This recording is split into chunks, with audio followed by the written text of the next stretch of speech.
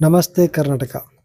ಬಿಹಾರ ರಾಜ್ಯದ ಬುದ್ಧಗಯಾದ ಮಹಾಬೋಧಿ ಮಹಾವಿಹಾರದ ಆಡಳಿತವು ಸಂಪೂರ್ಣವಾಗಿ ಬೌದ್ಧರಿಗೆ ಬಿಟ್ಟುಕೊಡಬೇಕು ಮತ್ತು ಬಿ.ಟಿ. ಆಕ್ಟ್ 1949 ಅನ್ನು ತೆಗೆದುಹಾಕಿ ಬೌದ್ಧ ದೇವಸ್ಥಾನವು ಬೌದ್ಧರಿಗೆ ನೀಡಬೇಕು ಎಂದು ಆಗ್ರಹಿಸಿ ಪೂಜ್ಯ ಭಿಕ್ಷು ಸಂಘ ಮತ್ತು ಬೌದ್ಧ ಅನುಯಾಯಿಗಳ ನೇತೃತ್ವದಲ್ಲಿ ಡಾ. ಬಾಬಾ ಸಾಹೇಬ್ ಅಂಬೇಡ್ಕರ್ ವೃತ್ತದಿಂದ ಕಲಬುರಗಿ ಜಿಲ್ಲಾಡಳಿತವರೆಗೆ ಬೃಹತ್ ಪ್ರತಿಭಟನೆ ಮೆರವಣಿಗೆ ಮೂಲಕ ತೆರಳಿ ಕಲಬುರಗಿ ಜಿಲ್ಲಾಧಿಕಾರಿಗಳ ಮೂಲಕ ಬಿಹಾರ ಸರ್ಕಾರಕ್ಕೆ ಮತ್ತು ಮಾನ್ಯ ರಾಷ್ಟ್ರಪತಿಗಳಿಗೆ ಮನವಿ ಪತ್ರ ಸಲ್ಲಿಸಲಾಯಿತು. ಬೌದ್ಧರ ಆಸ್ತಿ ಬೌದ್ಧರ ಹಕ್ಕು ಎಂದು ಈ ಹೋರಾಟದಲ್ಲಿ ಕಲಬುರಗಿ ಜಿಲ್ಲಾ ಮತ್ತು ತಾಲೂಕಿನ ಉಪಾಸಕಿಯರು ಮತ್ತು ಕರ್ನಾಟಕ ದಲಿತ ಸಂಘರ್ಷ ಸಮಿತಿ, ಭೀಮವಾದ ಕಲಬುರಗಿ ಸಮಿತಿ, ದಲಿತ ಸೇನೆ, ದಲಿತ ಪ್ಯಾಂಥರ್ ಹಾಗೂ ರಿಪಬ್ಲಿಕನ್ ಯೂತ್ ಫೆಡರೇಷನ್ ಮತ್ತು ಎಲ್ಲ ಉಪಾಸಕಿಯರು ಈ ಹೋರಾಟದಲ್ಲಿ ಭಾಗಿಯಾಗಿದ್ದರು.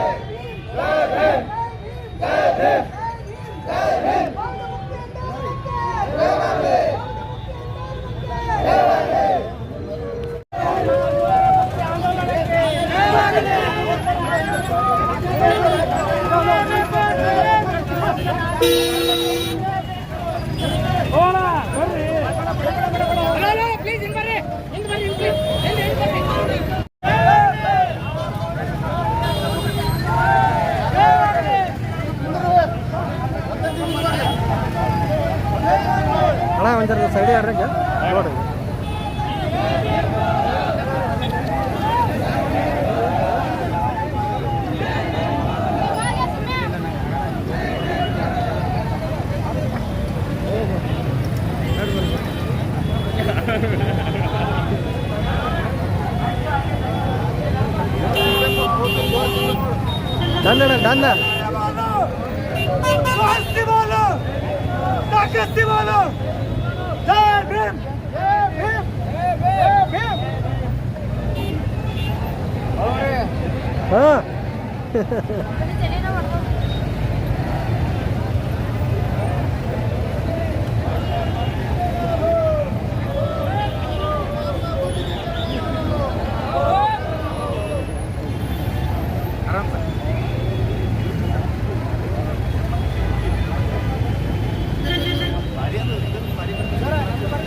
ದಂಡ ಬಂದವ್ರೆ.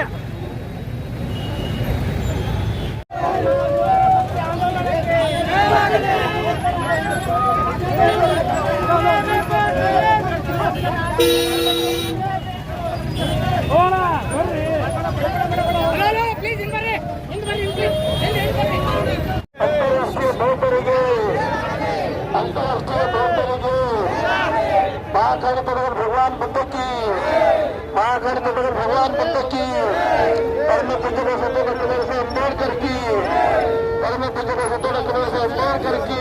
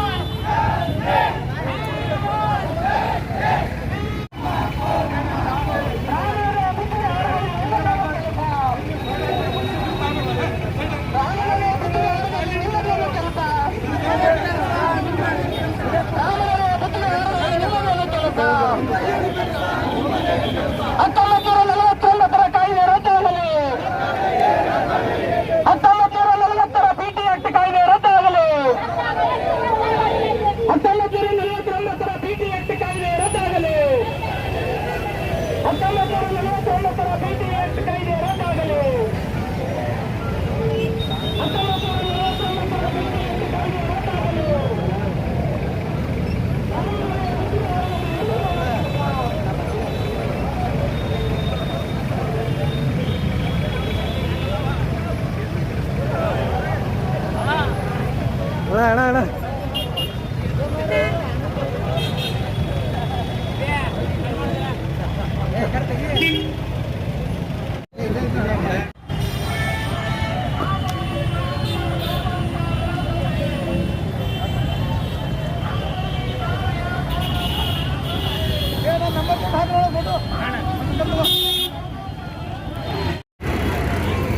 ನಡ್ಸ ನಡಿ ನಡಿ ನಡಿ ಹಳ್ಳ ನಡಿ ಸ್ಲೋ ಹಾಂ ರೈಟ್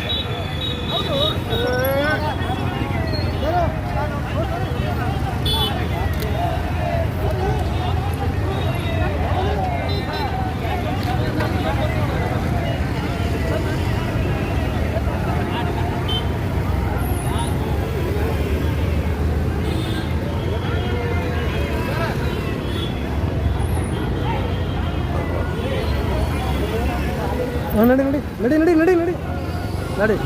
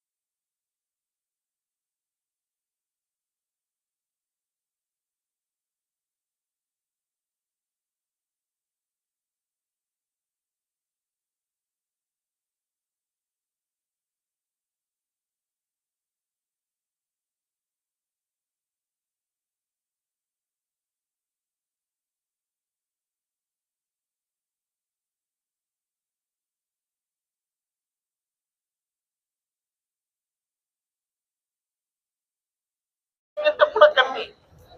ಅಂದ್ರೆ ಯಾವಾಗ ಬಾಬಾ ಸಾಹೇಬ್ ಅಂಬೇಡ್ಕರ್ ಅವರು ಬೌದ್ಧ ಧರ್ಮ ಸ್ವೀಕಾರ ಮಾಡಿದ್ರಲ್ಲ ಅವಾಗ 61ಕ್ಕೆ ಅದು 38 ಲಕ್ಷಕ್ಕೆ ಬಂತು. ಅಂದ್ರೆ ಯಾವ ಕಾಲಘಟ್ಟದಲ್ಲಿ ಬೌದ್ಧರ ಸಂಖ್ಯೆ ನಗಣ್ಯವಾಗಿತ್ತು. ಮಹಾಂತ ಗಮಂಡಗಿರಿ ಅನ್ನಂತವ್ರು ಆ ಸ್ಥಳವನ್ನು ಆಕ್ರಮಣ ಮಾಡಿಕೊಂಡು ಸಂಪೂರ್ಣವಾಗಿ ಕಬ್ಜಾ ಮಾಡಿಕೊಂಡು ಅದು ಹಿಂದೂ ಸ್ಥಳ ಅಂತ ಆರಾಧನೆ ಮಾಡ್ತಾ ಇದ್ದ.